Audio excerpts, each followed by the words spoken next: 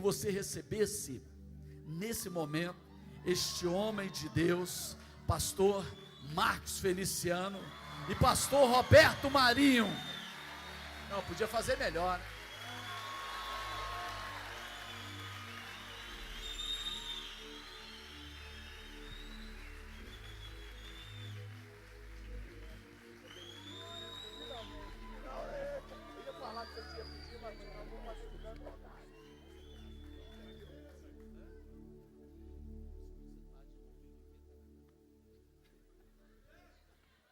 Glória a Deus.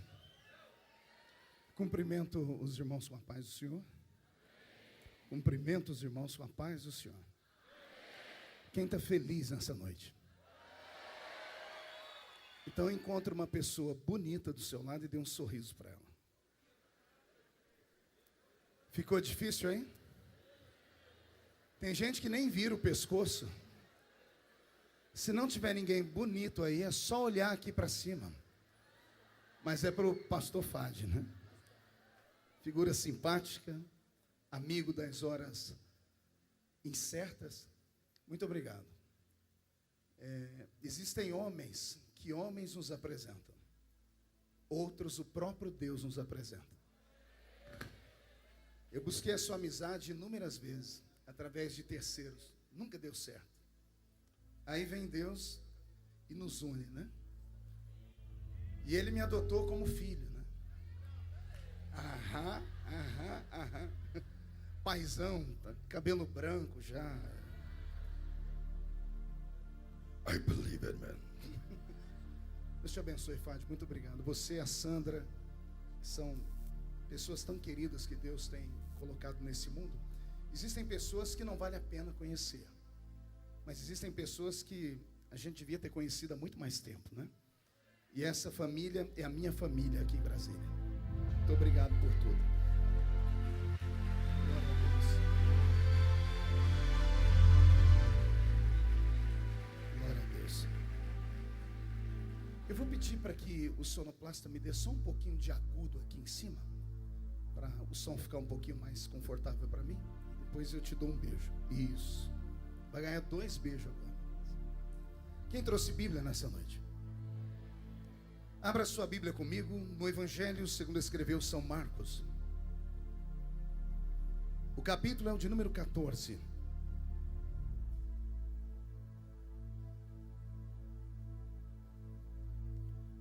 O versículo é o de número 26 a seguir.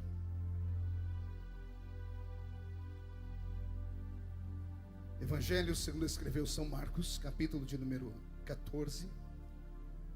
Versículo 26 a seguir. O texto é um pouco extenso, mas é preciso ler e, se possível, memorizar. Está escrito assim: E tendo cantado o hino, saíram para o Monte das Oliveiras. E disse-lhe Jesus: Todos vós, esta noite, vos escandalizareis em mim, porque está escrito: Ferirei o pastor e as ovelhas se dispersarão. Mas depois que eu houver ressuscitado, irei adiante de vós para Galiléia. Disse-lhe Pedro: Ainda que todos se escandalizem, nunca, porém eu. Disse Jesus: Em verdade te digo que hoje, nesta noite, antes que o galo cante 2 vezes, por 3 vezes me negarás. Mas ele disse com mais veemência: Ainda que me seja necessário morrer contigo, de modo nenhum te negarei. E da mesma maneira diziam todos também. E foram a um lugar chamado Getsêmani. E disse aos seus discípulos: Assentai-vos aqui enquanto eu oro. Tomou consigo a Pedro, Tiago e João e começou a ter pavor e a angustiar-se. E disse-lhes: A minha alma está profundamente triste até a morte. Ficai aqui e vigiai. E tendo ido um pouco mais adiante, prostrou-se em terra e orou para que, se fosse possível, passasse dele aquela hora. E disse: Abba, Pai, todas as coisas que são possíveis, afasta de mim este cálice. Não seja, porém, o que eu quero, mas o que tu queres. E chegando, encontrou-os dormindo e disse a Pedro: Simão, tu dormes? Não pudestes vigiar 1 hora? Vigiai e orai, para que não entreis em tentação. O espírito, na verdade, está pronto, mas a carne é fraca. E foi outra vez e orou, dizendo as mesmas palavras. E voltando os achou-os outra vez dormindo, porque os seus olhos estavam carregados e não sabiam o que responder. E voltou pela terceira vez e disse-lhes: dormi agora e descansai. Basta, é chegada a hora. Eis que o Filho do Homem vai ser entregue na mão dos pecadores. Levantai-vos, vamos. Eis que está perto aquele que me trai. Amém. Feche a Bíblia, coloque no banco, na cadeira. Pegue na mão da pessoa mais perfumada do seu lado. Ainda dá tempo. Aperte a mão dele ou dela com carinho até eles falarem aleluia. Pentecostal que não faz barulho está com defeito de fabricação, né? Vamos orar? Pai, nós te exaltamos e te glorificamos. E nós entendemos que dentro de alguns minutos este grande santuário ficará pequeno para o tamanho da glória que o Senhor vai mandar do alto dos céus. Daqui a alguns minutos os que vieram tristes começarão a saltar de alegria. Os que vieram se arrastando não voltam se arrastando para casa. Hoje voltarão voando nas asas de um novo tempo. Antes que eu comece a revelar os teus oráculos, cerque esta igreja com a sua presença. E num raio de 5 quilômetros onde houver um demônio alojado, eu dou a esses demônios segundos para sumirem daqui. Porque se não sumirem, serão queimados pelo poder da sua glória que aqui será derramada. Rasga o céu sobre nós esta noite. Manda anjos de fogo descerem do céu até este lugar. Que eles desçam trazendo brasas de fogo nas mãos. Comecem a esparramar estas brasas entre nós. E onde houver um crente cheio do Espírito Santo, pega ele, Jesus. Toma ela, Jesus. Agora, agora, agora, meu Senhor.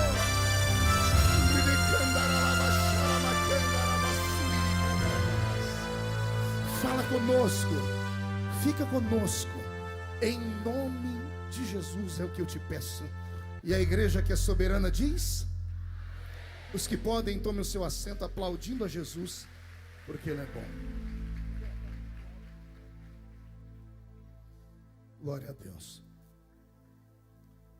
Eu ministro o Evangelho de Cristo desde criança. Eu tinha 13 anos de idade quando agarrei um microfone como esse para pregar. Hoje eu tenho 41 anos, um cara de 50, corpinho de 60. E só Jesus sabe como os anos pesam sobre os ombros. Mas eu não tenho na minha memória, desde criança, nenhuma lembrança de um culto que Jesus tivesse faltado da reunião. Meia dúzia de irmãos entenderam, então eu vou melhorar a sentença. Eu quis dizer que desde criança eu não tenho na minha memória nenhuma lembrança de um culto onde Jesus tenha sequer chegado atrasado à reunião. Muitas vezes, como pregador, fui obrigado por força maior a chegar depois que o culto começou. Às vezes, obrigado a sair antes do culto terminar. Mas Jesus nunca fez isso e nunca fará. Ele olhou para esta igreja e disse: esta é minha igreja. As portas do inferno não prevalecem contra ela. Ele entra aqui quando o primeiro crente coloca os pés aqui dentro. E ele só vai embora quando o último crente vai embora daqui. E se ele encontrar um maluquinho desses que gosta de dormir na igreja, ele permanecerá aqui, porque ele cuidou deste povo e os segurará nas mãos até o grande dia do arrebatamento da igreja. E se o arrebatamento fosse hoje à noite, daqui de dentro só 2 subissem, eu tenho certeza que o primeiro sou eu. Quem é o segundo? Deixa eu ver. Então dá um grito um pouquinho mais alto do que esse para acordar a cidade toda. Vou pedir ao pastor Roberto que mude a música e pedir a sua atenção. Esses 3 dias vão de fato mudar a alma, o coração. Se Deus fizer o que o meu coração aqui bate forte, eu acredito que personalidades serão mudadas e moldadas. Há uma preparação em vigência. O anjo da igreja diz que esses 3 dias serão dias de reconstrução. Então gostaria que nesses 3 dias, ao entrar dentro deste santuário, você não viesse como uma toalha nova. Já viu uma toalha nova? Que tristeza que é. Tente enxugar o corpo com ela. Não vai. Você passa a toalha daqui para lá, a água vai para lá, mas ela não absorve a água. Fique nesses 3 dias como uma esponja. Absorva tudo que Deus mandar. Porque quando os cultos terminarem, você atravessar a porta para ir para o estacionamento, você vai sair pingando azeite, vai sair transpirando unção. E eu acredito que você pode sair até profetizando de dentro deste lugar. Alguém crê nisso? Vamos dar mais um grito de glória para empolgar o coração do pregador. Como coube a mim, como profeta desta noite, nesta sexta-feira, que o mundo cristão, ao redor deste lindo planeta, começa a manter a sua consciência no passado e a rememorar as últimas horas, os últimos momentos, os dias que antecederam tudo aquilo que nós vivemos hoje, tudo que aconteceu com o Salvador da humanidade. Eu seria um infiel se pregasse qualquer outro tipo de mensagem que não fosse a mensagem da cruz. E eu gostaria que você preparasse aí a manga da camisa, a ponta da gravata ou um lenço, porque nós vamos receber um batismo de quebrantamento aqui nesta noite. Eu quero falar sobre as últimas 12 horas de vida do nosso Salvador. Quero tentar aqui lembrar e descobrir com vocês, e por inspiração do Espírito, revelações que há muito tempo têm sumido do nosso meio. Ultimamente, boa parte das igrejas do mundo, ao se reunirem, existe 1 milhão de mensagens, entre elas mensagens de motivação, e isso não é errado. Nós entramos na igreja em busca de algo que nos motive. Mas a mensagem prímiva, a mensagem primeira, aquela que nenhum crente deve se esquecer jamais, é que para que todo esse gozo e essa alegria pudesse pairar sobre nós, houveram horas de agonia, de sofrimento e de dor. E o cristão que se esquece dessas horas, possivelmente não terá força para enfrentar as suas horas de luta e dificuldade. Quero então convidá-los a voltar no tempo comigo. Voltar numa época obscura, numa época em que o mundo vivia em trevas, e as trevas cegaram os olhos dos homens. Até que um belo dia, de uma virgem nasce uma criatura, que na verdade, falha este pregador ao chamá-lo de criatura, porque é o Criador. É que a mente humana tem dificuldade em entender que a criatura vai dar a vida ao Criador. Mas é essa criança que nasce, que envolve o mundo no amor e muda a concepção daquilo que é futuro e presente na mente das pessoas. Esse homem recebe apelidos, recebe nomes e nomenclaturas poderosas. Uns o chamavam de Yeshua, ou Jesus, o Jesus de Nazaré, ou o Jesus da Galileia, ou o Jesus que era amigo dos pecadores, ou Jesus filho do carpinteiro José. Ele era conhecido pelas pessoas de diversas formas, mas a maior forma era que o seu coração era grande, de um tamanho tão imenso, que comportava dentro dele todas as criaturas mais odiosas do seu tempo. Ele era capaz de entrar em uma praça pública, e mesmo usando uma estola sacerdotal branca, porque era um rabi, não se omitia de abraçar crianças sujinhas que brincavam por ali. E mesmo quando os discípulos tentavam bloquear essas crianças de se aproximarem dele, ele tinha coragem de repreendê-los e dizer: deixai vir a mim os pequeninos, porque deles é o reino de Deus. Esta figura simpática, capaz de cativar uma mãe com uma criancinha com o nariz escorrendo, uma criancinha toda sujinha, e abraçá-la muito forte, ao ponto de deixar impressões naquela estola sacerdotal branca. E mesmo que o nariz de alguns torcesse, ele não estava nem aí para eles. Ele não via aparência, ele via o que havia dentro do homem. O poder dele era tão grande que às vezes ele pregava sem abrir a boca, com um gesto apenas. Esse gesto de abraçar uma criança e colocá-la no seu colo e dizer: se não for como uma criança dessa, ninguém verá os céus, faz um menino que estava sentado naquela praça dar um salto, correr até ele e se jogar ao chão, dizendo a ele: bom mestre, o que eu tenho que fazer para herdar a vida eterna? Ele não pregou uma grande teologia, ele apenas mostrou algo que aquele garoto nunca havia recebido dentro da sua igreja, dentro da sua sinagoga, ao lado de homens que conheciam muito a Torá, a lei e tudo mais. Os homens se preocupavam com a aparência dele, se a sua barba era crescida ou não, se ele usava o quipá ao sair de sua casa ou não, se a sua roupa era assim ou era assada. Mas dentro da igreja dele, ele nunca encontrou um sacerdote capaz de abraçar uma criança, capaz de mover a sua voz contra os seus súditos, dizendo: deixe eles vir a mim. Tudo isso levou esse homem a ser o homem mais famoso do seu tempo. E ele recebeu como recompensa a traição. E antes da sua traição, Ele está dentro de uma sala. Nessa sala, uma mesa posta. As grandes figuras que pintaram esta cena colocam ele no centro da mesa. Eu não sei se ele estava no centro da mesa. Eu sei que de todas as ceias que ele passou ao lado desta trupe, que ele chamava de escola apostólica, esses 12 intrépidos seres humanos, todos os dias, durante as ceias, eram festa, todos tinham um testemunho para contar. Uma cotovelava o outro e dizia: você viu ontem o paralítico que andou? E o outro: não, eu estava do outro lado da cruzada, mas eu vi quando o cego enxergou. E o outro: não, eu não vi nem cego nem paralítico, mas eu ouvi o mudo falar. E um talvez mais puro e santo e cássio: não, isso aí para mim não é milagre grande. Milagre foi ver ele levantar aquela pecadora e dizer para ela: vai e não peques mais. Todos os dias nas ceias havia uma festa, havia um envolvimento, havia uma comunhão. Mas esta última ceia tem algo diferente. Ele não está sorrindo, seus olhos não estão brilhando como antes. Os discípulos que caminham com ele há 3 anos e meio conhecem ele. Não precisa ser psicólogo depois que você convive com uma pessoa 3 anos e meio, acordando ao lado dela, tomando café, almoço, janta, viajando e dormindo ao lado dela. Olharam para o semblante dele e viram que ele não estava bem.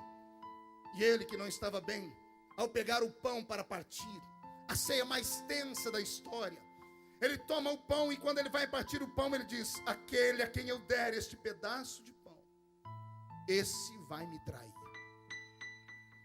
Se você estivesse sentado naquela mesa, você estenderia a mão para pegar aquele pão? Alguém teria coragem? E por que Judas pegou? Será que Judas era tão idiota assim?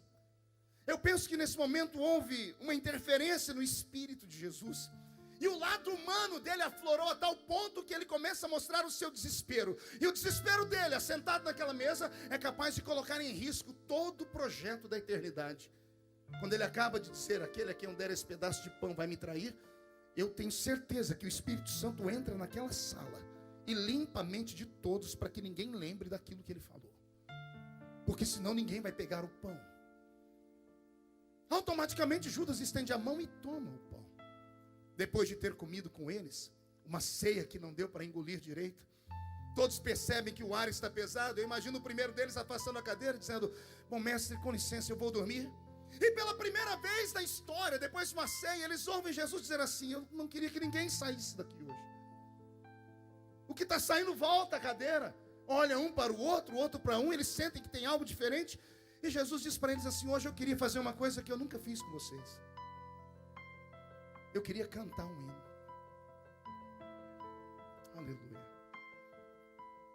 Que pena que o escritor não colocou aqui a letra do hino. Eu encontrei na Bíblia centenas de hinos. Eu tenho o cântico de Moisés, tenho o cântico de Simeão, tenho o cântico de Ana, tenho o cântico de 1 milhão de pessoas. Tem de Asaf, tem de Davi, tem de Coré, tem de todos. Mas não tem o cântico de Jesus. Eu acho que foi a propósito. Senão seria o hino mais gravado em toda a história.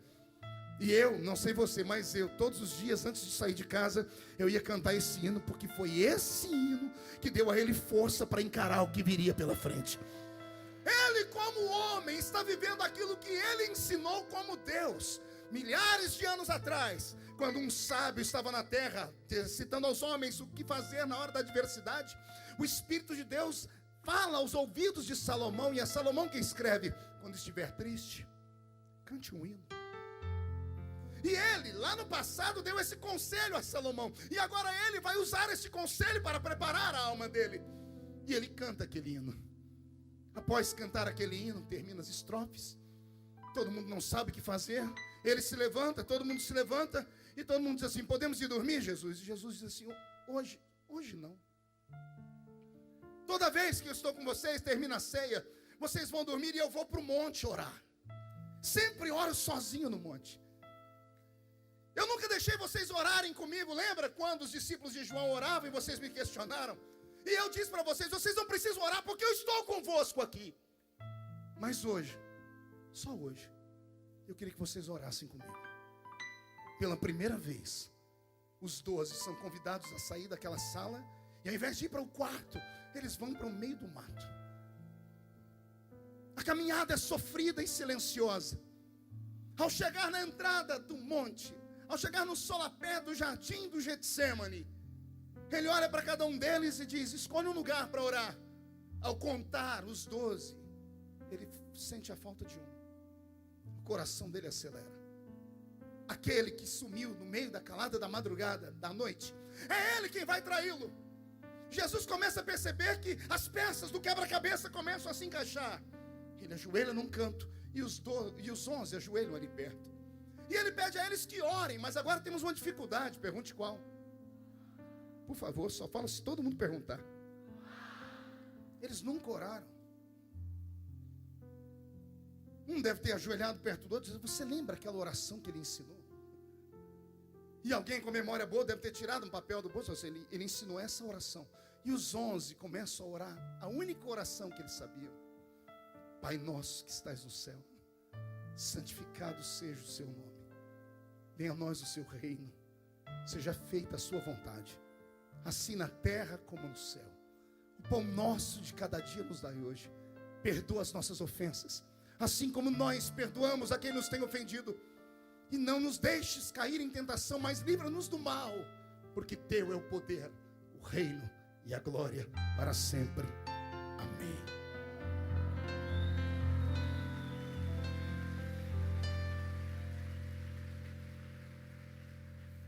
Nós aplaudimos.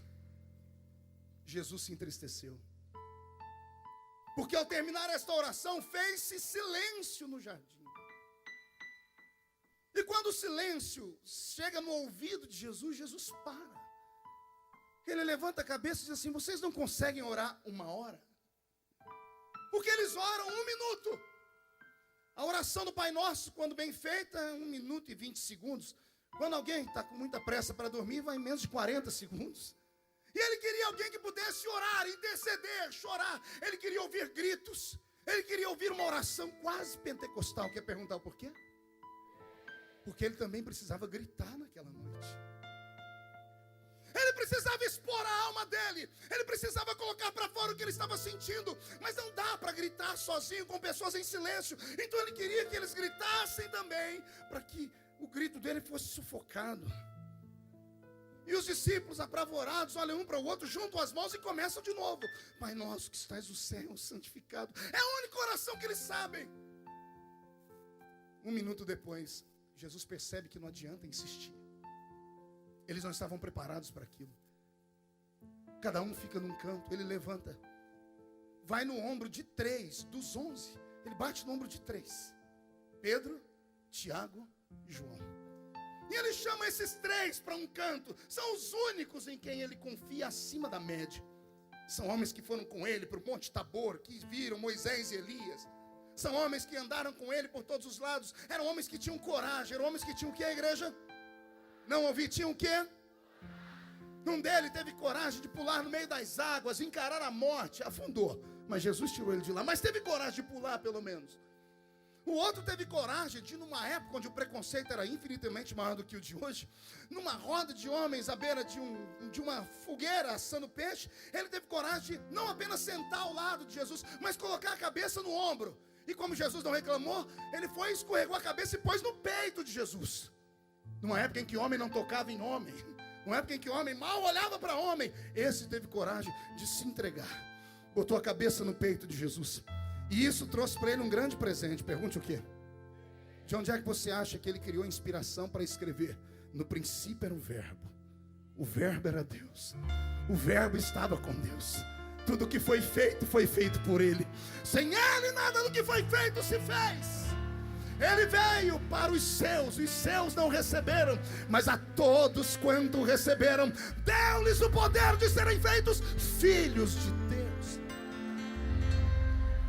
Porque o evangelho de João é o evangelho divino. Porque João ouviu ditar da batida do coração de Jesus.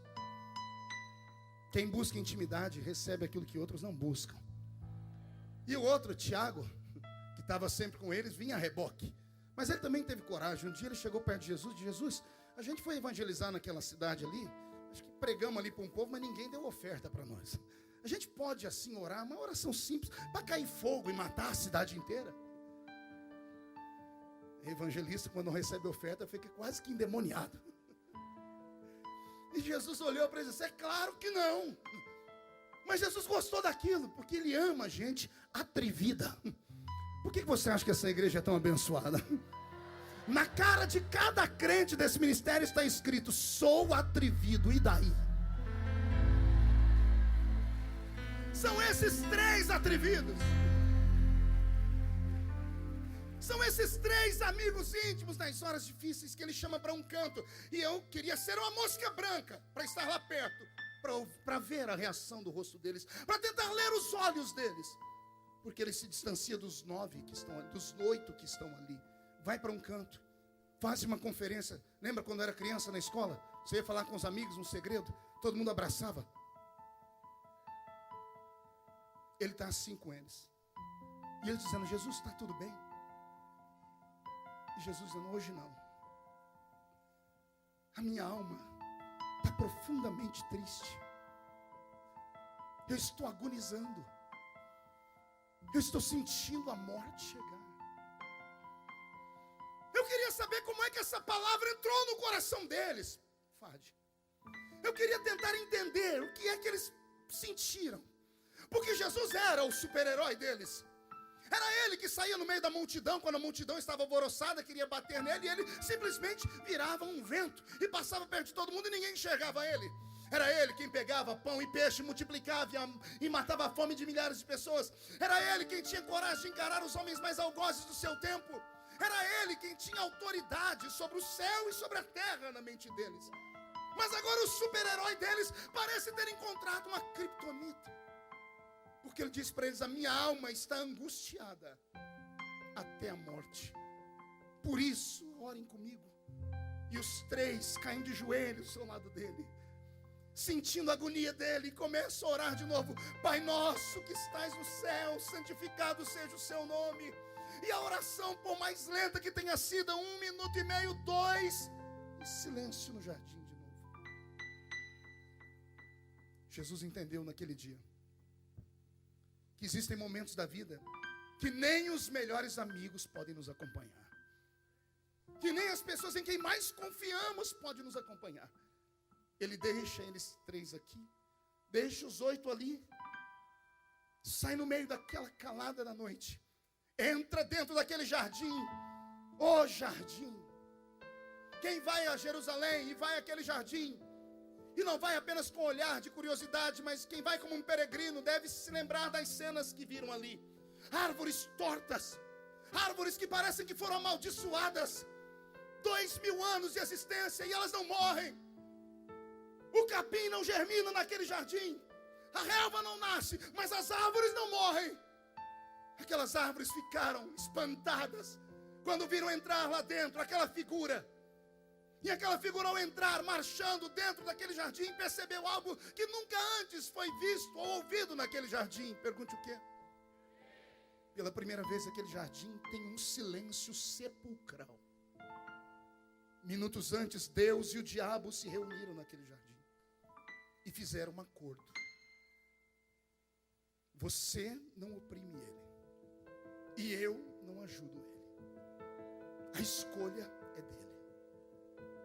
Você não interfere e eu também não. Eu tiro os anjos daqui e você tira os demônios daqui. Acordo selado. Ninguém podia interferir. A escolha era dele. Ele dobra o joelho naquele jardim. Ele busca Deus. E ele percebe que Deus não está ali. Em contrapartida, também não sente o diabo. Ele olha para dentro dele e começa a buscar força. E começa a orar na madrugada.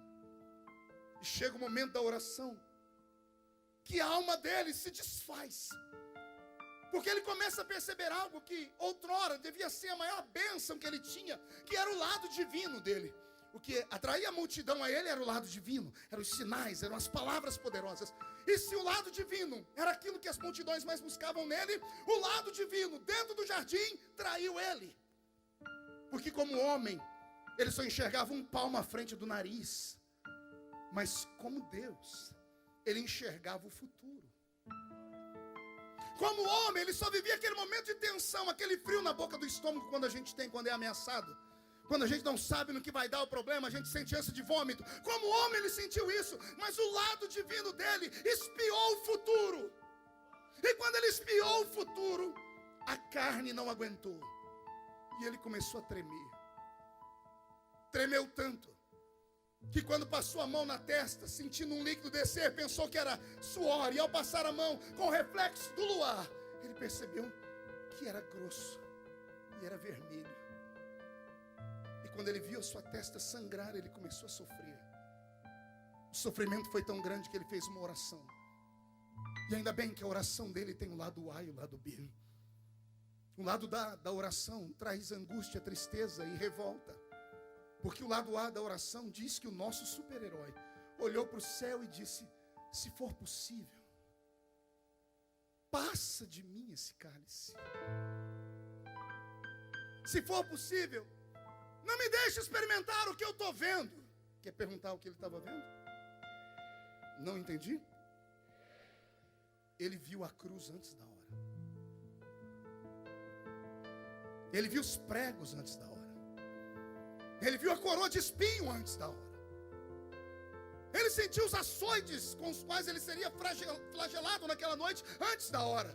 E ao sentir tudo isso, o corpo dele simplesmente se descontrolou. Eu fui estudar porque que ele suou gotas de sangue. Eu chorei uma madrugada inteira.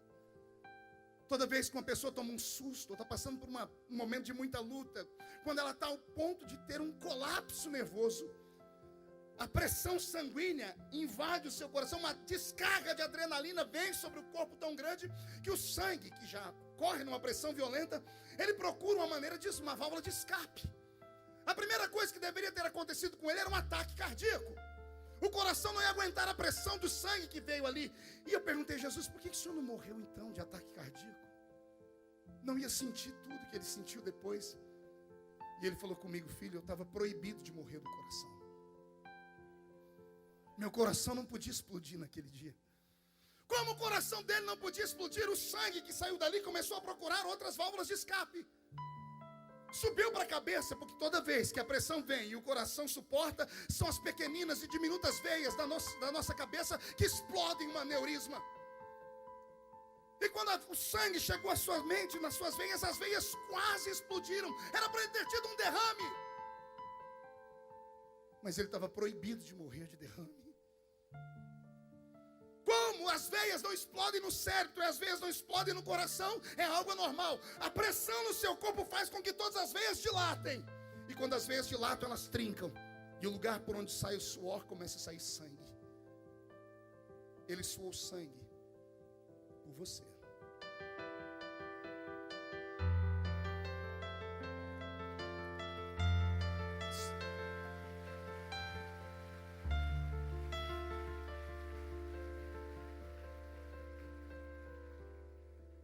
Quando ele limpou o seu suor e ele viu aquilo, ele deu um grito: se possível for, passa de mim esse cálice.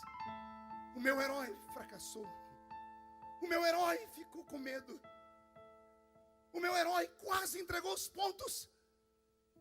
E graças a Deus que tem uma vírgula na oração dele. E a vírgula põe um ponto final numa sentença de tristeza. Porque ele olha e diz: se for possível, passa de mim este cálice. Mas quem conhece o texto sabe que depois da vírgula diz: todavia, seja feita a sua vontade. Agora eu perguntei a Deus, por que a oração mudou instantaneamente? Porque se aqui em um momento ele está tremendo, com medo, querendo sumir daquele jardim, querendo deixar o seu corpo desencarnar e ir para o céu. E na sequência ele cria uma coragem inumana. Aí o Senhor falou comigo também: se o lado divino dele pregou aquela peça e fez ele ver antes da hora a cruz, a dor, o sofrimento, o lado divino também fez ele ser curioso o suficiente para envergar a cabeça para a esquerda ou para a direita. Não olhar só para a cruz, a olhar para a direita ou para a esquerda. Ele enxergou além da cruz. Você não entendeu? Eu vou falar de novo. Ele enxergou além da cruz. E eu não tenho dúvida do que vou falar aqui. Não duvido que ele tenha enxergado o futuro. Não duvido que ele tenha enxergado esse culto aqui. E ao olhar esse culto, ele viu você dançar, cantar, pular, se jogar na frente do altar. Ele viu você com coragem suficiente para agarrar o diabo pelo chifre, esfregar o focinho dele no chão, chutar a cara dele para o inferno. Ele viu você com força para abrir a sua boca e orar em línguas. E quando ele viu esta multidão aqui fazer isso, ele arrumou força onde não tinha, ficou em pé e disse: todavia seja feita a sua vontade e não a minha.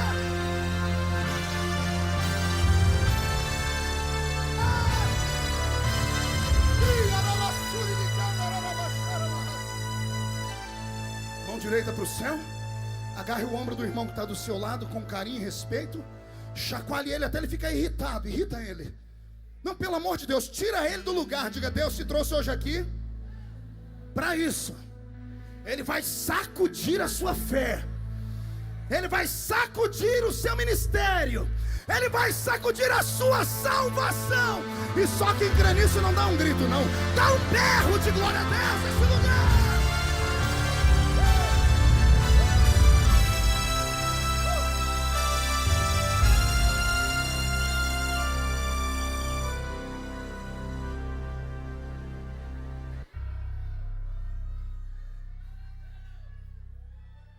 É surreal, é paradoxal. Ele entra naquele jardim assim,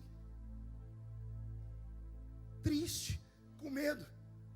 Ele sai do jardim gritando. Ele olha todo mundo dormindo e diz assim: não pudestes vigiar nem um pouquinho? Todo mundo acorda no despertar e diz: não, nós vamos orar. Ele diz: agora é tarde, não adianta orar mais. A carne é fraca, mas o que eu vi, deixou meu espírito forte.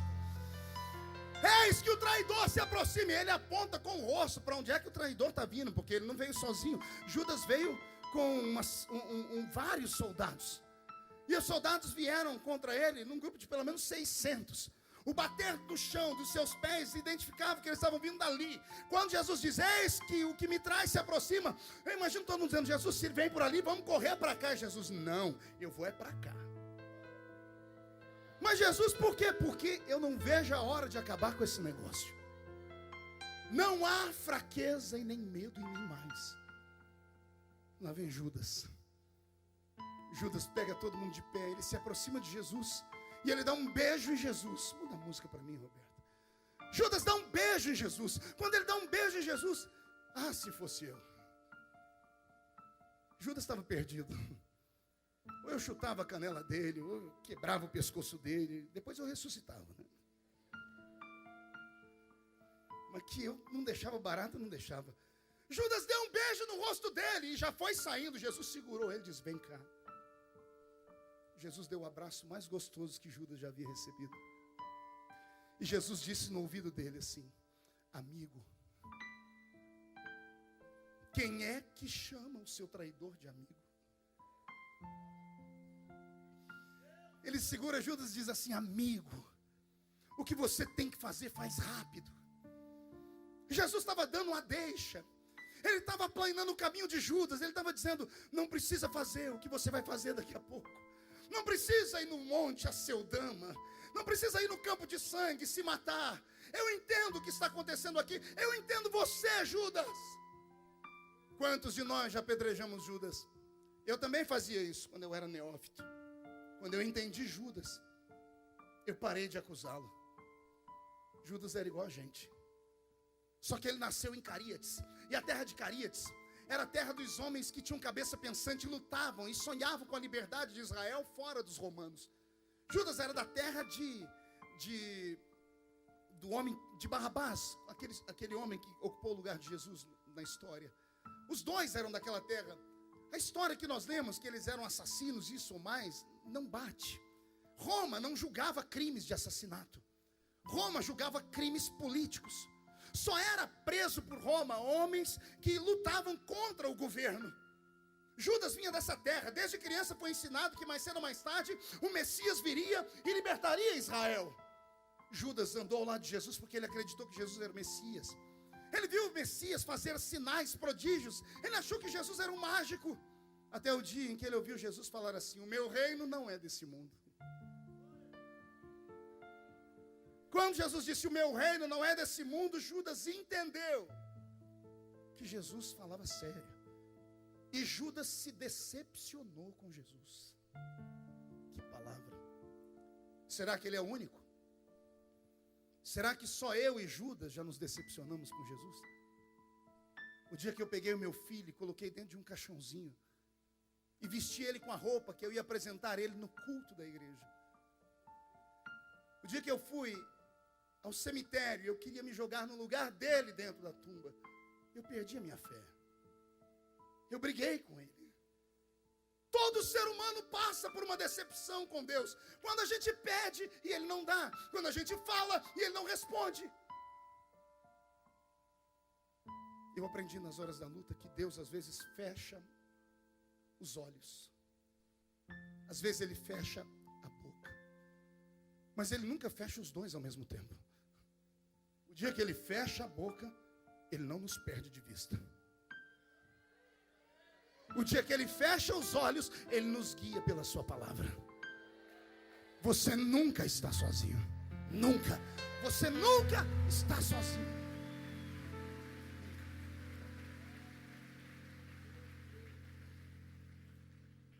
Jesus se entrega.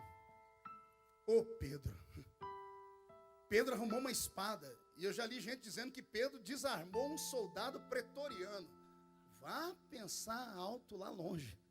Pedro era um pescador. Sabia de peixe, de espada não. Ele nunca ia desarmar um soldado da guarda pretoriana, a guarda mais poderosa do mundo. Pastor, se Pedro não desarmou o soldado, de onde é que ele arrumou aquela espada? Ele nunca soltou ela. Quando Jesus buscou ele na beira da praia, como ele era pescador e lutava às vezes com alguns piratas, aquela espada sempre esteve com ele, debaixo da roupa. Pastor, e Jesus não sabia? Claro que Jesus sabia. E por que Jesus não mandou ele tirar a espada da cintura? Porque Jesus sabia que se ele mandasse, Pedro ia obedecer. Mas não era isso que Jesus queria. Jesus não queria tirar a espada da cintura. Jesus queria tirar a espada do coração. Entendeu? Vou desenhar. Quando eu era jovenzinho, o pastor da minha igreja mandou eu parar de assistir televisão. Eu sou dessa época. E eu parei de assistir televisão, tirei a televisão de casa. Mas toda vez que eu ia na casa de alguém ou em algum lugar e tinha uma televisão ligada, eu entrava em transe. Tinha gente que até dizia: oh, mas você não é crente? Aí eu lembrava: é verdade, não posso ver televisão. Porque eu tirei a televisão da minha sala, mas não tirei ela do coração, entendeu aí agora? Não entendeu? Oh, tá difícil. Jesus, se mandasse Pedro tirar a espada da cintura, ele tiraria na hora, mas Jesus queria tirar, era do coração dele. Jesus queria dizer: Pedro, você não precisa confiar em espadas, confia em mim. Não precisa confiar em cavalos, confia em mim. Uns confiam em carros, outros em cavalos, mas alguns fazem menção do nome do Senhor. É esse Pedro que mira o pescoço do soldado. Ou você acha mesmo que Pedro mirou a orelha? Alô? No escuro. Não, vou arrancar aquela orelha. Não, Pedro deu foi no pescoço do soldado. Mas o soldado era pretoriano. Sentiu o vento, antecipou o golpe. Bateu na orelha. A orelha caiu no chão. Jesus vai até a orelha, pega a orelha. Que já estava com barro mesmo, já estava com a cola divina, né? Pegou aí? Botou a orelha no lugar. Olhou para Pedro e disse: Pedro, se eu precisasse, eu oraria ao meu pai e ele mandaria legiões de anjos para me proteger. Pedro olhou para aquela desgraça daquela espada e jogou fora. Jesus apanha naquela noite, cospem nele. Mão direita para o céu. Faz um carinho nas costas do seu irmão, diga para ele: vai doer um pouquinho agora.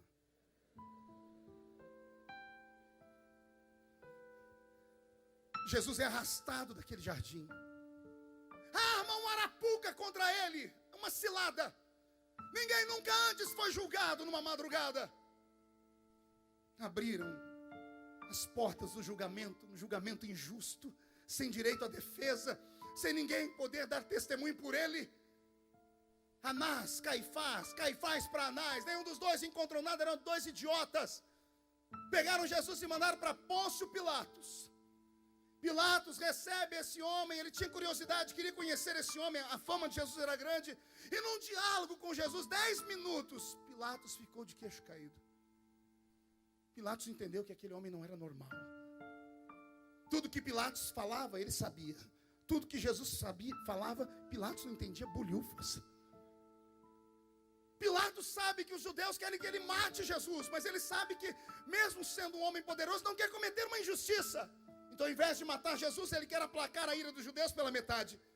Ele promove então uma sessão de tortura. Jesus é levado para o pátio da casa de Pilatos. Há uma madeira exposta, um mastro. No topo dela existe uma corrente. Nessa corrente, 2 algemas. Jesus é exposto naquele lugar. Soldados arrancam as suas roupas e ele fica nu. Para aplacar a ira dos judeus, Pilatos usa a tortura criada para flagelar judeus. Os romanos, quando tentavam prender os judeus, não entendiam. O judeu não se ajoelha diante de ninguém.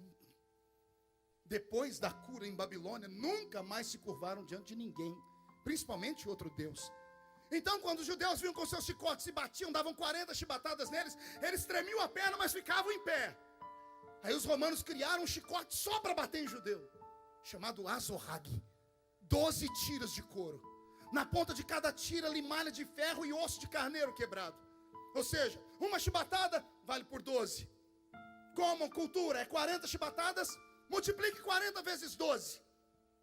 Nenhum judeu aguentava. Depois da 10ª chibatada, a perna esmorecia, porque ele já tinha nas costas o equivalente a 120 chibatadas. Quando o soldado mirou as costas do meu mestre e bateu, 12 pedaços de ossos e ferro fincaram no corpo dele. E quando ele puxou, rasgou o corpo de Jesus. Havia uma cultura entre os romanos, são mestres em tortura, que todos eles esperavam a 10ª chibatada. Quer perguntar por quê? Eu já disse agora há pouco. Porque na 10ª chibatada o judeu esmorecia. E quando ele esmorecia, dizia, tem que se curvar. A 11ª chibatada era que criava vibração no coração dos soldados. Porque a 11ª chibatada, ela ia acertar um lugar que ela não tinha acertado ainda. 10 chibatadas eram dadas no mesmo lugar, aqui. Chegava a pegar os nervos, depois os nervos, os ossos. Na 11ª chibatada, quando o corpo esmorecia e tombava, o chicote vinha no mesmo nível, só que agora não pegava nas costas. Pegava no pescoço, nos olhos. E o gemido não dava para segurar. Jesus tomou uma quarentena de açoites menos 1. 39 chibatadas. Nenhum homem foi testado com 40 chibatadas com azorrague. Então a lei era essa, dê 39 chibatadas e alguém ficava do lado contando. O soldado entrava em transe, não parava mais. Na 39ª chibatada, 2 soldados arrancavam o torturador de perto. Porque ele podia matar o homem que estava ali. Aquela noite termina com Jesus desmaiado. 120 cortes no corpo. Ou melhor, 460 cortes aproximadamente. Ele perdeu 2,5 litros de sangue. Para não morrer, soltam ele, deitam no chão e enrolam ele num pano. O pano cola nas feridas. Jogam ele em uma masmorra. Pilatos sai daquela cena, entra dentro de casa, senta na sala. Sua esposa, Cláudia, Prócora, vai servir um prato para ele. Ele não come, não desce. A mulher pergunta, o que você tem, meu marido? Ele diz, eu conheci um galileu hoje. Nunca vi ninguém como ele. Todos os homens que eu torturo, antes de receberem a primeira chibatada, amaldiçoam Deus e o mundo. Ele aguentou calado. Ele não abriu a boca dele para nada. Eu nunca vi ninguém assim. A mulher se aproxima do ouvido dele e diz, eu não me meto em assuntos de governo, mas essa noite, enquanto eu dormia, Deus me visitou. E Deus disse ao meu ouvido, não se meta na questão desse justo, porque esse homem não é normal, Ele é justo. Segure as palmas, segure as palmas, segure as palmas. Troque essas palmas pelo seu coração desritmado. Pilatos dorme aquela noite ou tenta, passa a noite inteira encontrando uma maneira de livrar Jesus da morte. Ele vai estudar a cultura dos hebreus, e é Páscoa. É sexta-feira igual hoje, 2000 anos atrás. Ele levanta, estuda as leis. Ao acordar de manhãzinha, ele dá um grito aos seus súditos: tragam para mim aquele homem de ontem à noite, e procurem também alguém que esteja preso lá. Eu preciso de 2. E trazem Barrabás. É aí que entra Barrabás na história. E trazem Jesus, os 2 condenados por crime contra Roma. Jesus disse que era o rei dos reis, e o rei põe em xeque o reinado de Roma. Barrabás lutou contra o Império Romano. Então são 2 homens presos políticos. Os 2 estão diante de Pilatos. Pilatos disserta sobre a lei com seus súditos. Ele abre a sacada da sua casa, a multidão começa a se aglomerar. Quando os homens judeus que estão ali embaixo, os religiosos, veem aqueles 2, eles conhecem a lei, sabem que na Páscoa um pode receber o perdão. Antevendo o que Pilatos vai fazer, pegam dinheiro e começam a comprar a multidão que ali está. Quando ele perguntar: quem que vocês querem que soltem?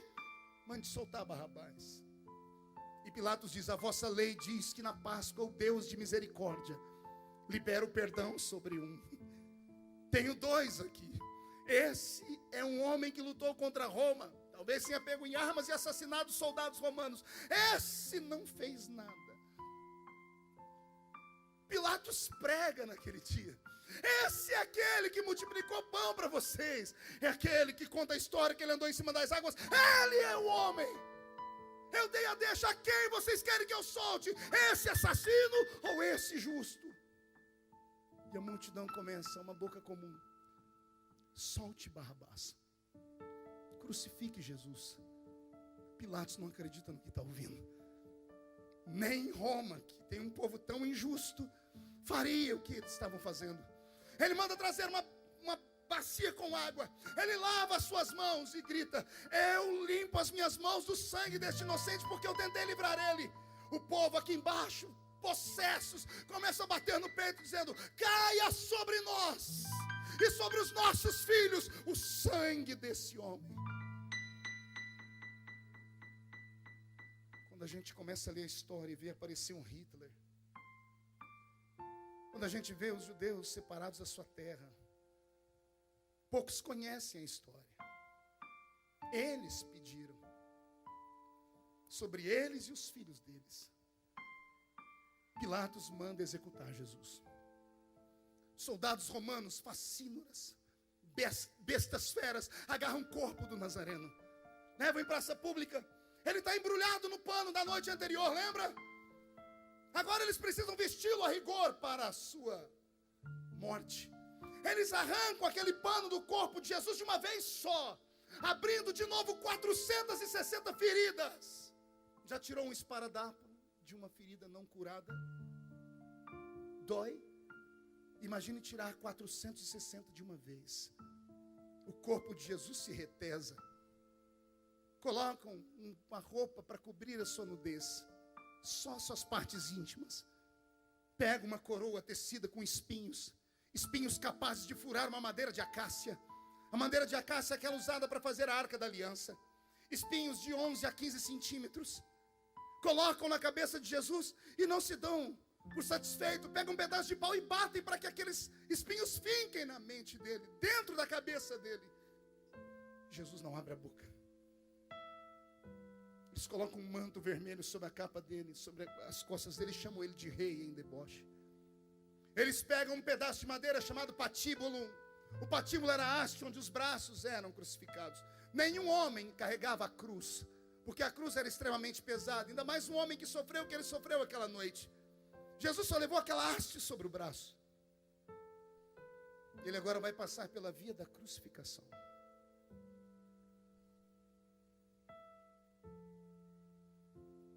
As pessoas que estão ali olham para ele e lembram dele.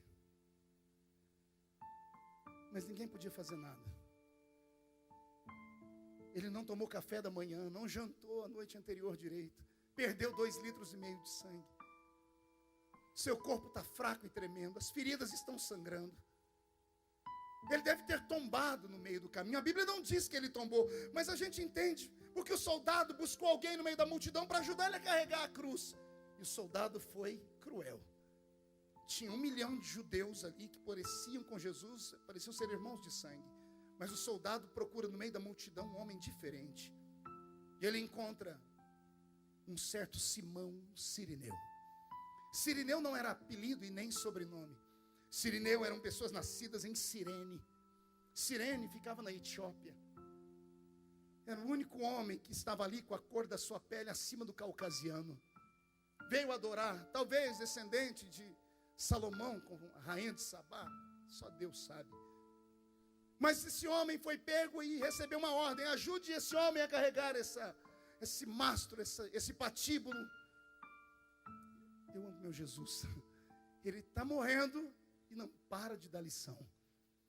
Ele está dizendo para mim e para você: quando no caminho da crucificação a sua cruz ficar pesada e não tiver ninguém para te ajudar da sua família, Deus vai mandar nem que seja um estrangeiro.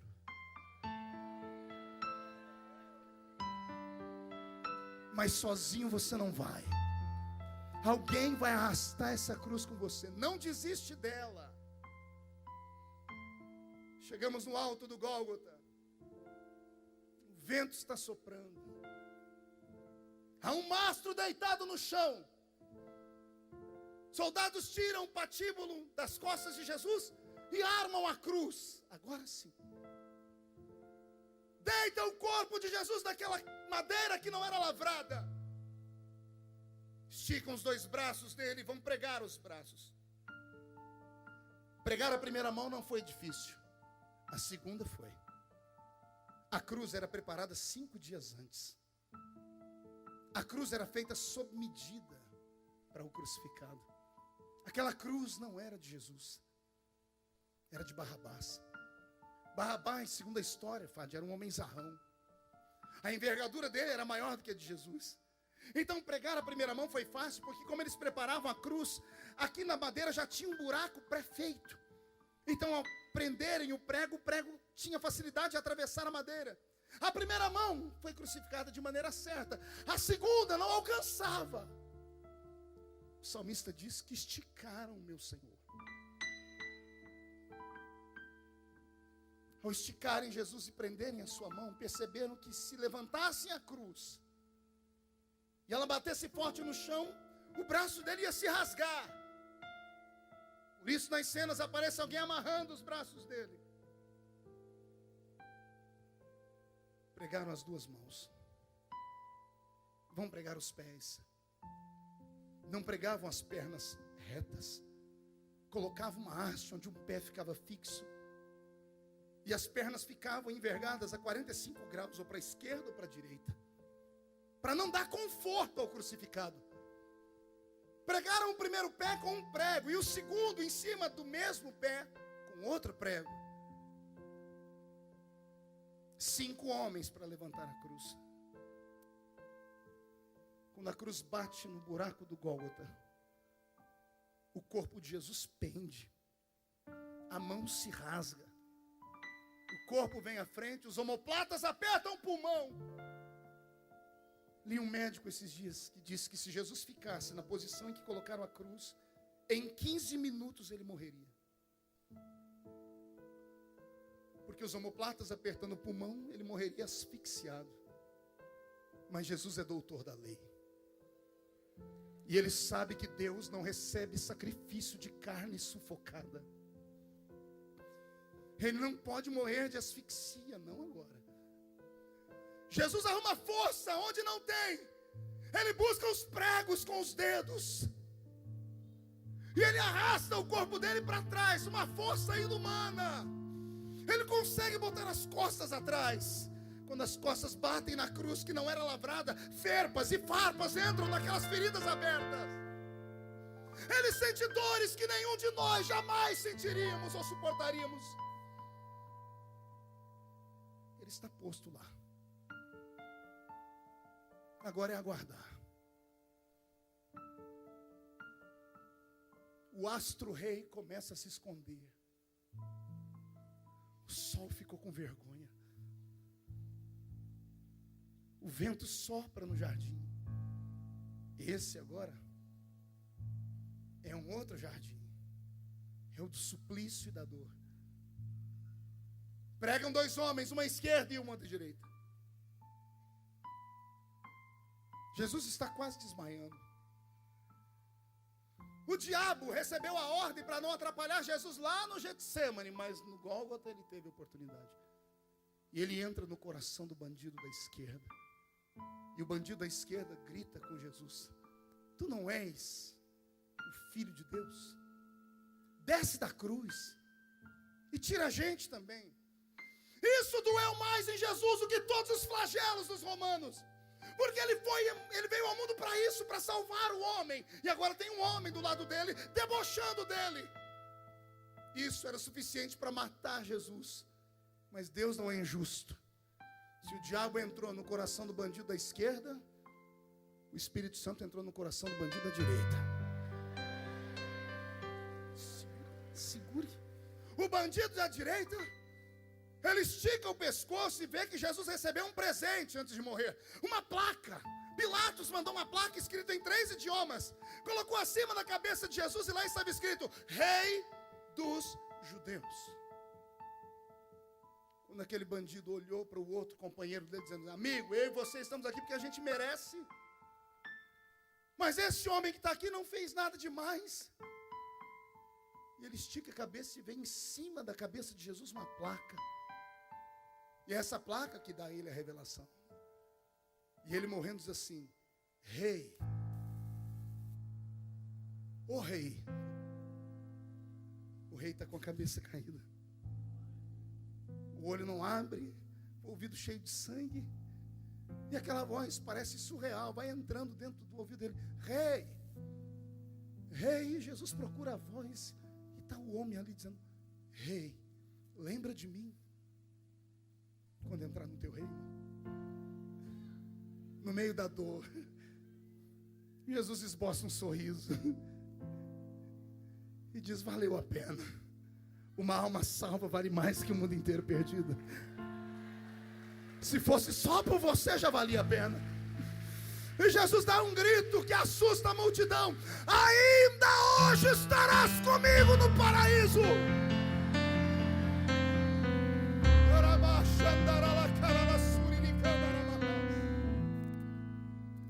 O diabo, Satanás, Zé Pilintra, Zé Pilantra, Chucaveira, tranca a rua, toda essa infernada se apavoram.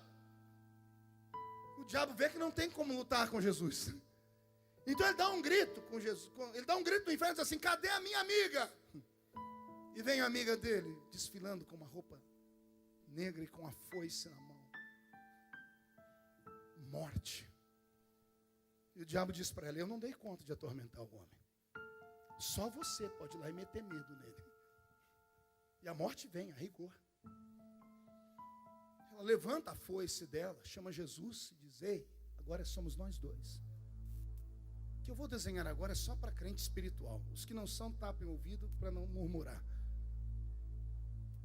Com a cabeça baixa naquela cruz está Jesus. Mas o que está dentro de Jesus não abaixa a cabeça para ninguém. Jesus é o homem e dentro dele tem o Cristo. Não entendeu? Meu corpo arrepiou, vou falar de novo. Jesus Cristo. 700 anos antes de Jesus nascer, Isaías deu essa revelação: eis que o menino nasceu, Jesus, mas o filho não nasceu, ele foi dado do céu de presente. O menino nasceu de Maria, o filho veio do céu. Jesus é o menino, o filho é o Cristo, o Salvador da humanidade. Jesus estava com a cabeça pendida, o Cristo estava de cabeça erguida.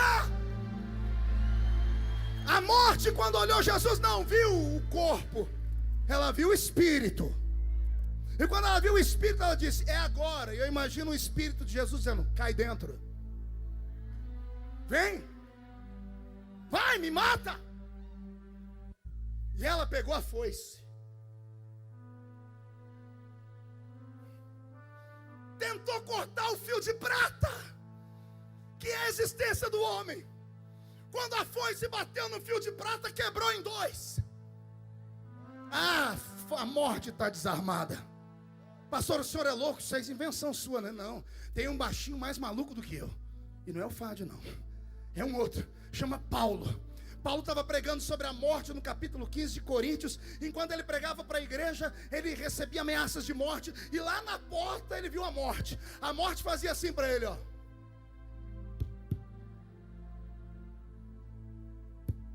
O baixinho, em vez de criar medo, olhou para ele e disse assim: ó morte.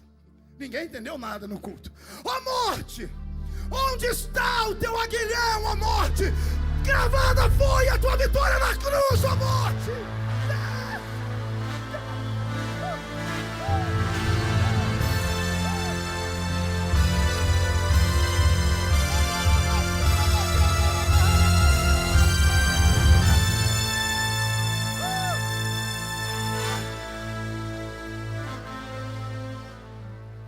A morte não deu conta. E o que eu falo agora é para o inferno inteiro escutar.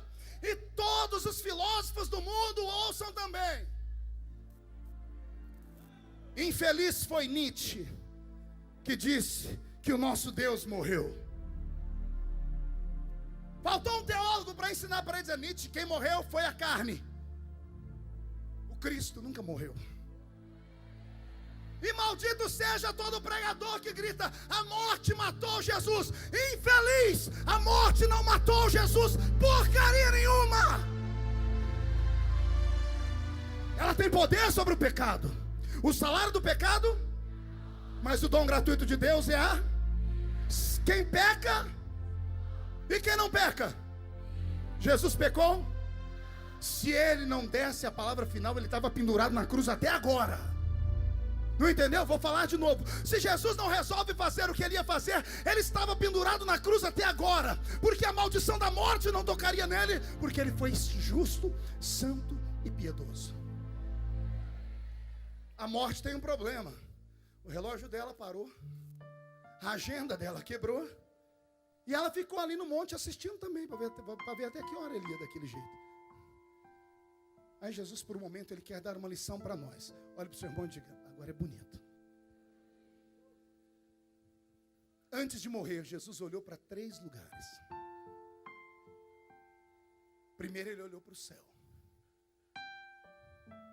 Toda vez que estamos crucificados, a gente olha para o céu. Toda vez que somos julgados, apanhamos, somos mutilados, envergonhados, a gente busca a ajuda do céu. E nem sempre o céu pode nos ajudar. Jesus olhou para o céu, ele pegou o pai de surpresa. O pai estava com a janelinha aberta, olhando. Quando Jesus olhou, o pai fechou a janela. O coração de Jesus quase explode. Ele vê aqui embaixo as pessoas que ele pregou para elas, ele não pode desanimá-las. Mas ele é homem, ele precisa colocar para fora que ele quer desabafar. Mas ele busca na memória dele uma maneira de desabafar sem escandalizar. E ele encontra, ele usa um idioma extinto. Ele ora em aramaico. Ninguém sabia mais essa língua. Aí ele olha para o céu e grita: Eloi, Eloi, lama sabachthani. Um soldado aqui diz: gente, ele está chamando Elias. Os anjos no céu vão no ouvido do pai e dizem assim: ele está chamando o Senhor. E lá no céu, Deus confabulando com os anjos, dizendo: eu não posso interferir. Não posso nem olhar mais para baixo, porque se eu olhar, eu arranco ele daquela cruz. Deus não virou as costas para Jesus porque não queria olhar para ele. Deus virou as costas para Jesus por mim e por você.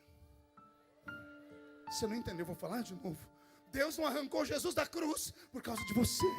E eu não consigo entender você ficar num culto como esse, com essa boca travada, essa boca de aço, essa língua de ferro, esse queixo de concreto. Não entendo isso.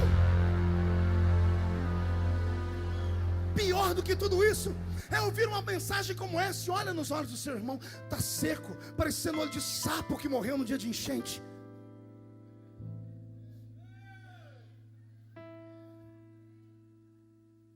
Quando você olhar para cima, se o céu não responder, olha para frente.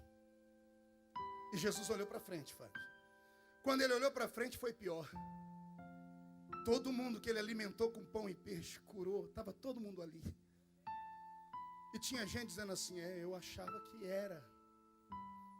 Eu pensei que ele era o Messias, mas não era. Quando não vem ajuda de cima, a gente espera ajuda daqui, ó. E aqueles que outrora batiam palma para nós, é só ver a gente crucificado, vão querer matar a gente também. Quando não tem ajuda de cima e nem da frente, é duro falar, mas eu preciso. Olha para baixo. Não olha para cima nem para frente. Inclina a cabeça. Isso não é sinônimo de derrota, pastor. Que seja. Se você ficar olhando para cima, você vai murmurar. Para frente, você vai perder a sua paz. Então abaixa a cabeça. Se entrega. Só que quando Jesus olhou para baixo, ele encontrou lá no pé da cruz a mãe e o melhor amigo.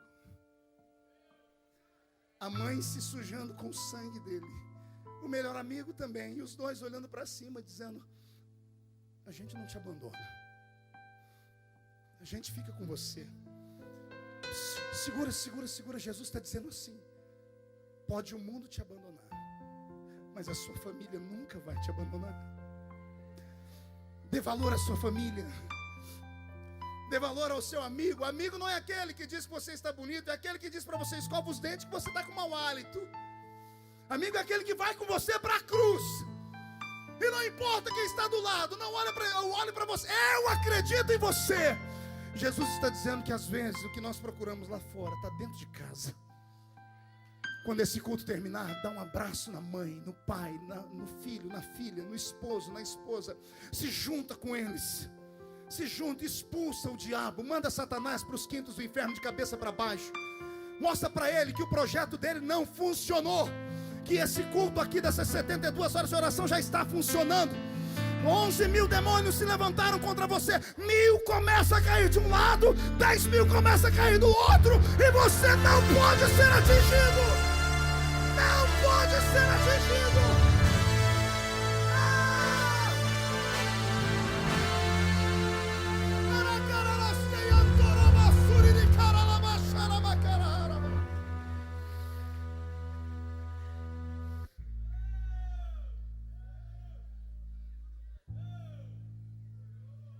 Ele diz, sua penúltima frase,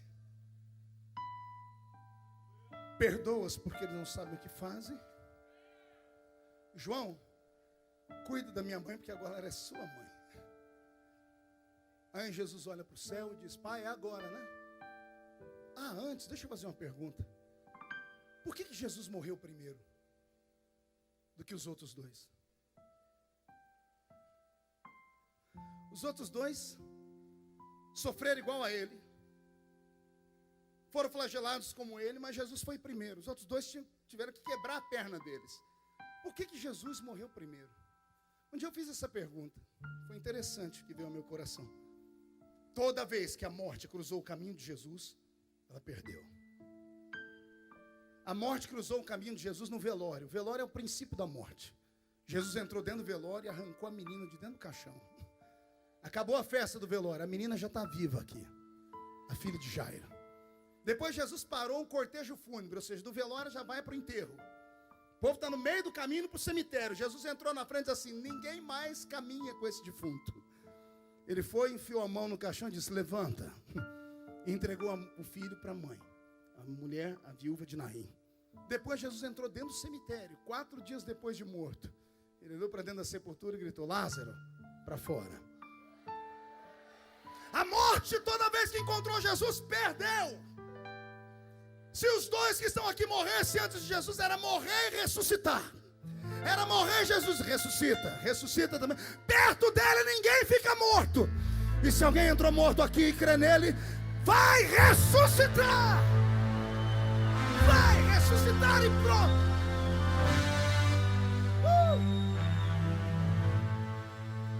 Terminando a história,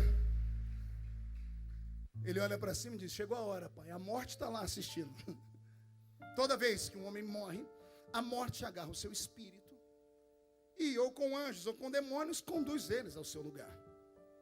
Ela esperava Jesus morrer para levar o Espírito de Jesus para um lugar que ela achava devido. Mas como a morte não matou Jesus, ele não seguiu ela. Ele olhou para o céu e disse: Pai, consumado está. Ele determinou a hora de morrer. Por isso que eu disse que a morte não matou ele.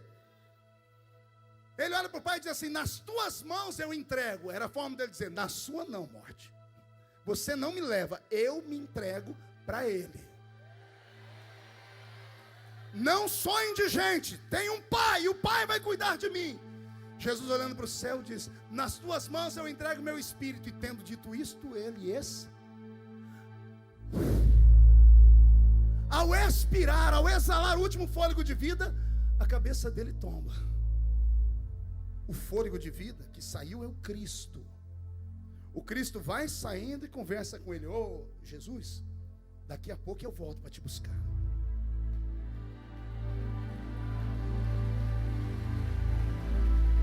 Eu vou, mas daqui a pouco eu volto para te buscar. Quem crê nessas histórias? Diz a minha Bíblia que tendo ele morrido, desceu às partes mais baixas. Jesus foi num lugar que hoje já não existe mais. Era a divisão entre o Hades e o seio de Abraão. Ele entra lá dentro e prega o evangelho para todos os que morreram antes dele. Porque senão a obra da salvação e da redenção não estaria completa. Todos, de Adão até a morte de Jesus, ouviram ele falar dentro do limbo do inferno ou dentro do limbo do céu. Pode imaginar Jesus entrando no seio de Abraão? Várias salas, ele entrando numa sala, toque, toque, abre a porta. Jesus olha lá dentro e diz assim: e aí, Daniel, tudo bem? Quem és tu, Senhor? Eu sou aquele que manda fechar a boca dos leões. Vem comigo. Toque, toque na porta do lado. 3 meninos lá, Ananias, Misael e Azarias, Sadraque, Mesaque e Abednego. Os 3 podem ser: Senhor, quem és tu? Eu sou o 4º homem da fornalha de fogo. Vamos embora. Vai na porta, Ezequiel. Pois não, quem és tu? Eu, Ezequiel. Eu sou o homem do cordel de medir, que faço o homem entrar no rio do avivamento. Cai bem para fora. Jeremias, quem és tu, Senhor? Jeremias, você ainda é o vaso, eu sou o oleiro. Jeremias, vamos embora daqui. Jacó, quem és tu, Senhor? Eu sou aquele que te deixei manco de uma perna, aleijado, mas com o nome de Israel, machucado, mas exaltado no espírito. Sou eu. Sai para fora, sai. E um por um ele vai até chegar num que quando ele bateu na porta ele estava arrumando o pescoço. Alguém sabe quem é ou não? Quem? João Batista. João ajeita a cabeça e Jesus diz: João, vamos, sai para fora. Quem és tu, Senhor? Imagina Jesus olhando para trás, fechando a porta. Os outros tudo bem, mas você, somos primos. João, eu sou aquele que você batizou. João olhando: também, Jesus, o Senhor me perdoa. A última vez que eu te vi, você entrou naquele Jordão com cara de cordeiro. Agora você me entra aqui dentro com essa cara de leão. Com essa cara de leão ressuscitado. E tendo descido às partes mais baixas, trouxe consigo um cativeiro. Ei, glória, estou sentindo. Alguém está sentindo? 3 dias se passam. É domingo de manhã. Oh, glória. Dá uma espiadinha lá no inferno. Demônio caído e tombado para todo canto. Taça, beberam 3 dias de festa. A morte está lá ainda confabulando. Rapaz, olha, eu não sei se a gente deve comemorar a vitória, não. Não, mas faz 3 dias já. Eu perdi o contato com o espírito dele. Não sei onde ele foi. Ele pode a qualquer momento entrar aqui. Pode imaginar o inferno enchendo de luz. Pode imaginar ele marchando dentro do inferno. Demônios gritando para cá, caindo para lá. Ele entrando na frente do diabo, sentado no seu trono, e a morte escondida atrás dele. Sem briga, sem discussão, ele só estende a mão e diz: me dá.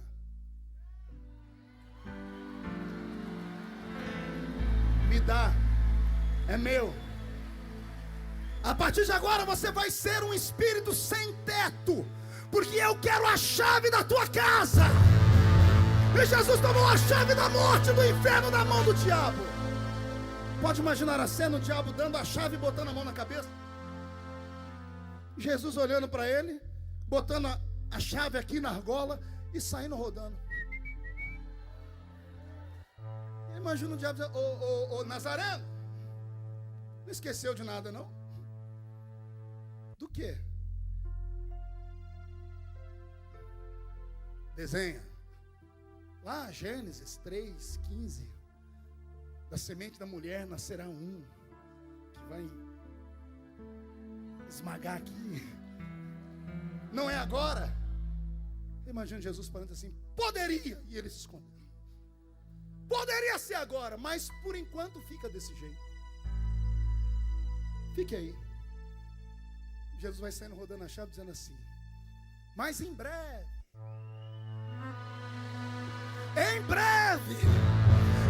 o que, Nazareno? Em breve o Deus de paz esmagará a sua cabeça debaixo dos nossos pés.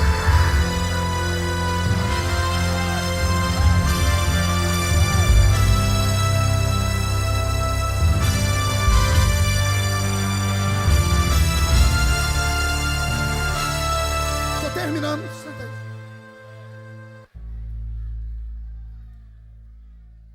Muda a música, Beto. É domingo de manhãzinha.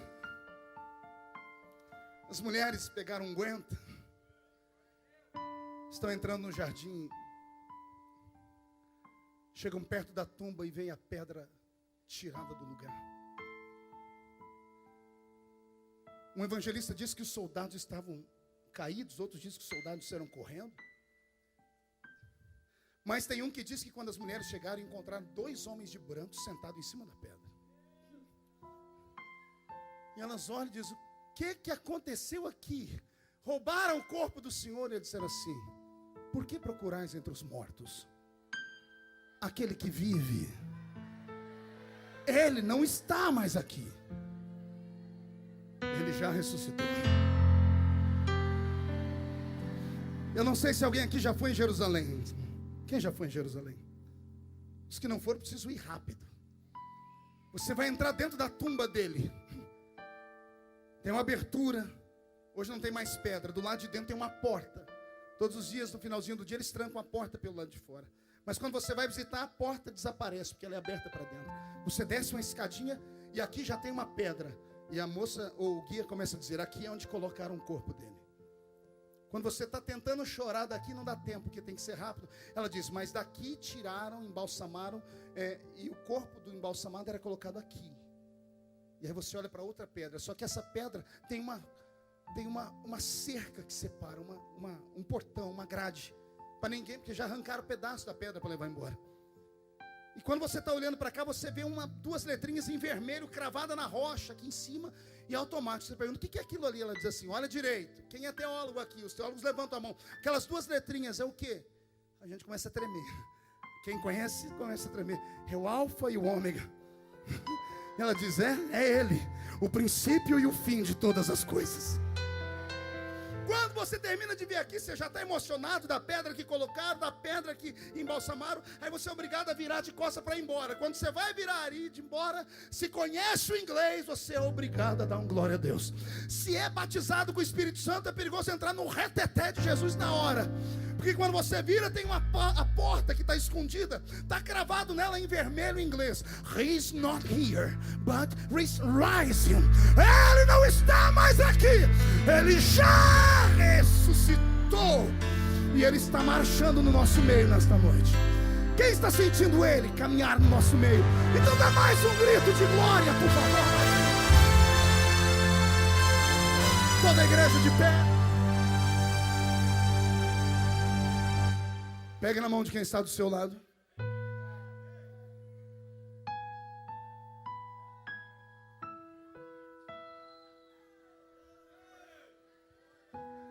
O que eu vou falar agora é um ensinamento. Um dos evangelistas diz que enquanto as mulheres correm para falar para os discípulos, Fade, uma mulher corre no meio do jardim, igual louca. Ela entra no meio meio do jardim, começa a gritar: Jesus! E ela olha de longe e vê um homem de branco.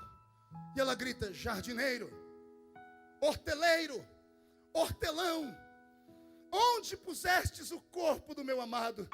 E aquele homem de branco se vira para ela e diz assim: Maria. Quando ela ouve Maria, ela grita: Rabi, Raboni és tu. E ela sai correndo para tocar em Jesus. A Bíblia diz que quando ela se aproxima, Jesus estende a mão e diz assim: pare, não me toque, não me toque. E ela trava. E Jesus ensina para ela algo que vai pegar a sua vida hoje, vai mudar a sua história. Jesus diz assim: quando eu fui crucificado, qualquer um podia tocar em mim. Quando eu fui humilhado, jogado, qualquer um podia me chutar e me esquartejar. Mas agora que eu ressuscitei, ninguém mais toca em mim. Ah, se não entendeu, vou desenhar de novo. Enquanto você está aí nessa pindaíba, vendendo almoço para comprar janta, sofrendo mais do que sovaco de aleijado, e todo mundo te olhando de cima para baixo, pensando que você é o verme do carrapato, qualquer um pode tocar em você. Mas assim diz o Senhor: no dia da tua ressurreição, vão querer tocar em você. Aí é a sua vez de dizer: não toque em mim. Ninguém mais toca na sua vida, nem no seu casamento, nem no seu ministério. E se tem alguém que crê nisso, dá mais um grito bem alto.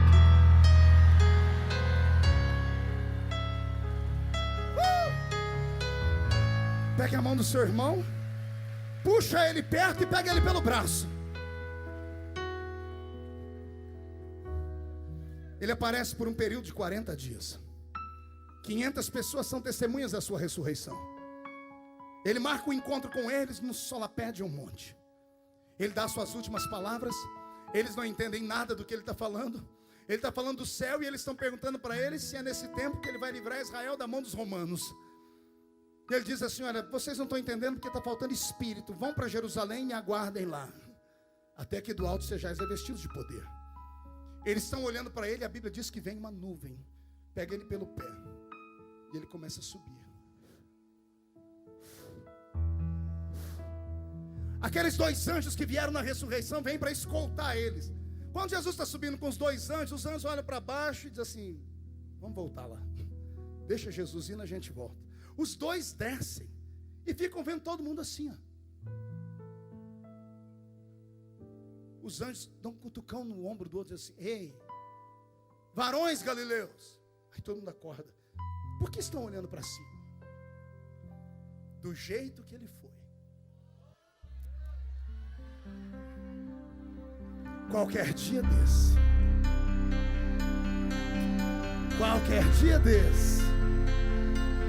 ele vai voltar. Segure, encerrando. Quando Jesus subiu, para onde ele foi? Para onde? Não ouvi, para onde ele foi? Ele foi para o céu. Ele arrastou para o céu aquele corpo dele, ressuscitado. Lembra daquele corpo? Corpo estranho, que atravessa a parede e come peixe. Come peixe, desaparece daqui, aparece do outro lado da cidade. Quando olharam para ele no solapé do monte, reconheceram ele pelas cicatrizes na mão. Cabelo castanho, pele queimada do sol, roupa bonita. Só não havia nele cicatrizes de dores, a não ser das mãos. Jesus saiu da terra num corpo ressuscitado, de carne e osso, sem sangue. Corpo ressuscitado, mas esse corpo não tinha sangue. Pergunte por quê? O sangue ficou no Gólgota e ainda cai sobre nós nessa noite. A ausência do sangue deu a esse corpo o poder de atravessar a parede. Isso aqui é história para a gente discutir teologia depois. Ele sobe. Quando ele atravessa esse céu atmosférico, ele atravessa o céu cósmico, rasga a película que separa o nosso mundo do mundo de Deus, e Jesus aparece na frente da grande cidade.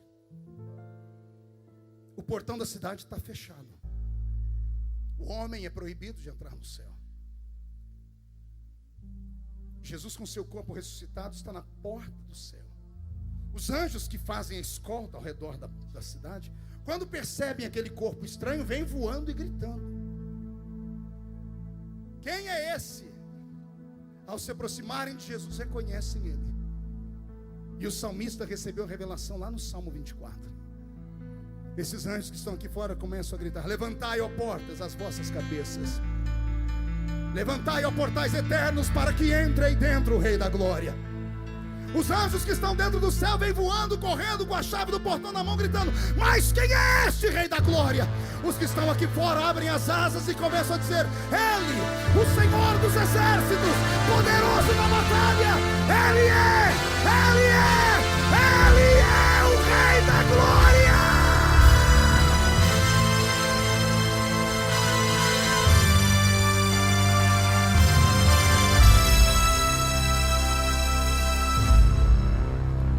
Feche seus olhos, com autorização do pastor Fade. Existe um grupo de pessoas nessa noite que entraram aqui hoje, se emocionaram conosco,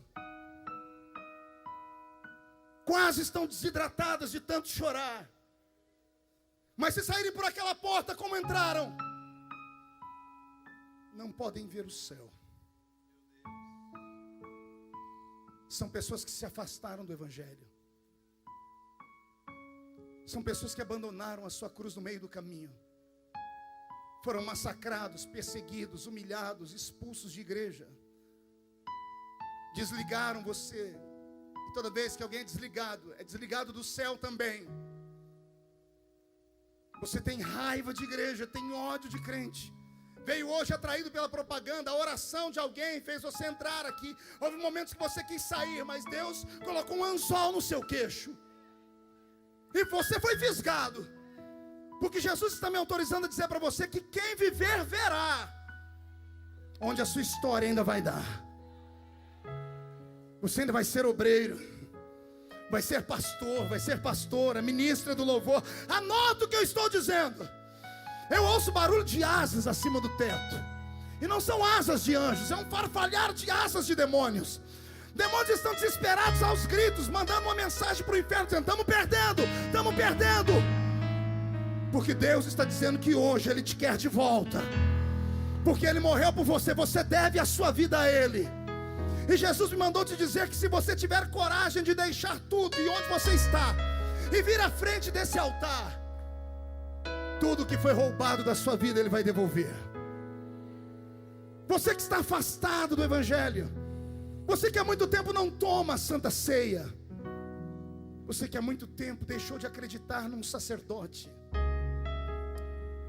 você que não é evangélico, entrou aqui dentro e disse: pastor, eu nunca senti o que eu estou sentindo, minha perna está bamba, minha boca está tremendo, meus olhos estão lacrimejando. O que é isso? É aquele dia que você falou para o seu amigo: o dia que Deus me chamar eu vou. Chegou o dia. Se você tiver coragem em vir aqui à frente desse altar, eu vou orar por você. Sua morte ali na cruz, carregando a minha dor, você se expôs por mim. Vem, filha. Se entregou em meu lugar E me deu uma nova chance. Eu vou recomeçar.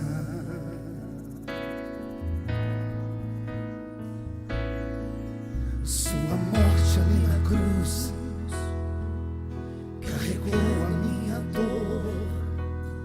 você se expôs por mim. Vem. Se entregou em meu lugar e me deu uma nova chance. Eu vou recomeçar. Vou deixar na cruz tudo que passou, tudo que ficou pra trás. Olho pra você, corro pra você, seu amor me chama.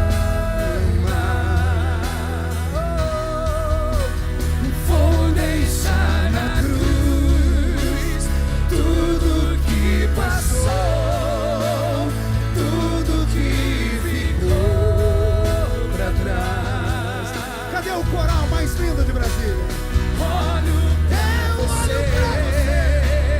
corro pra você, Seu amor me chama.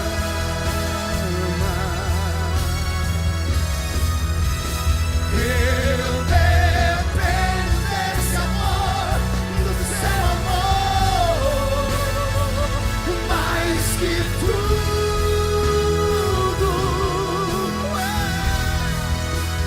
Eu confio que esse amor tem o poder pra curar dores.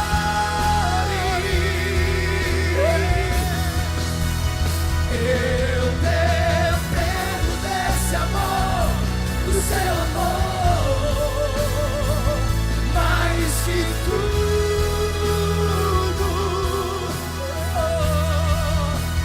Eu confio que esse amor tem poder pra curar dores. A igreja está em silêncio, mas o céu está fazendo festa. Senhor meu Deus, na sexta-feira da paixão, 2000 anos depois da sua morte, nós não nos esquecemos de Ti. Muito obrigado por tudo que o Senhor fez. Às vezes não fazemos o que o Senhor quer, às vezes não te damos o que o Senhor merece, mas fazemos das tripas coração. Somos de carne e osso, somos falhos e fracos, mas nós te amamos. E isso o diabo não pode mentir. A maioria dos que estão aqui poderiam estar em qualquer lugar do mundo, em boates inclusive, mas deixamos tudo para virmos aqui nessas 72 horas de oração. E nós entregamos para Ti agora de presente essas centenas de vidas que estão à frente do altar em lágrimas. O nome delas está sendo escrito no livro da vida. As maldições estão sendo quebradas e despedaçadas. Toda obra das trevas começa a cair por terra. Toda obra de feitiçaria está sendo quebrada e queimada.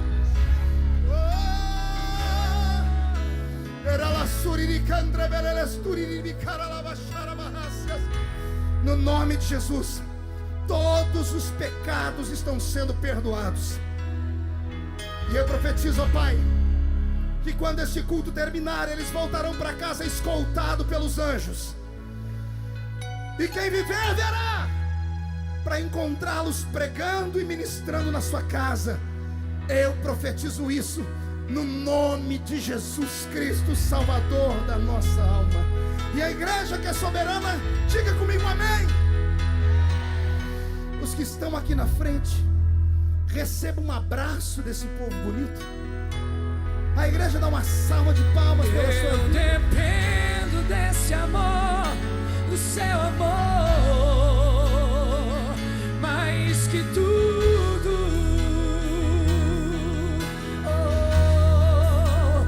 Eu confio que esse amor tem poder pra curar dores. Eu confio nesse amor, seu amor. Cadê a igreja que está viva?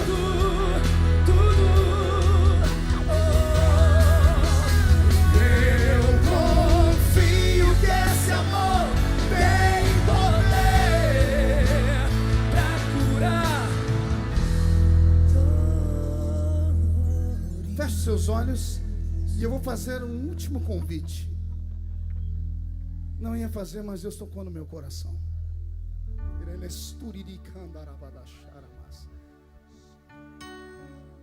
Eu queria orar aqui nessa noite por meninos e meninas, homens e mulheres que são solteiros e querem um encontro, um contato imediato com o Criador. Foi num culto como esse que Jesus me levantou. Eu quero orar para Deus encher a sua alma de júbilo. Quero orar para que Deus comece a abrir hoje já as comportas do céu sobre a sua vida. E vou orar para Deus confirmar a sua chamada. Só os que nasceram para adorar e acreditam na oração de um profeta, eu te espero aqui na frente. E eu desafio os pentecostais a enlouquecerem nesse lugar. Limpe as lágrimas, porque agora é hora de alegria.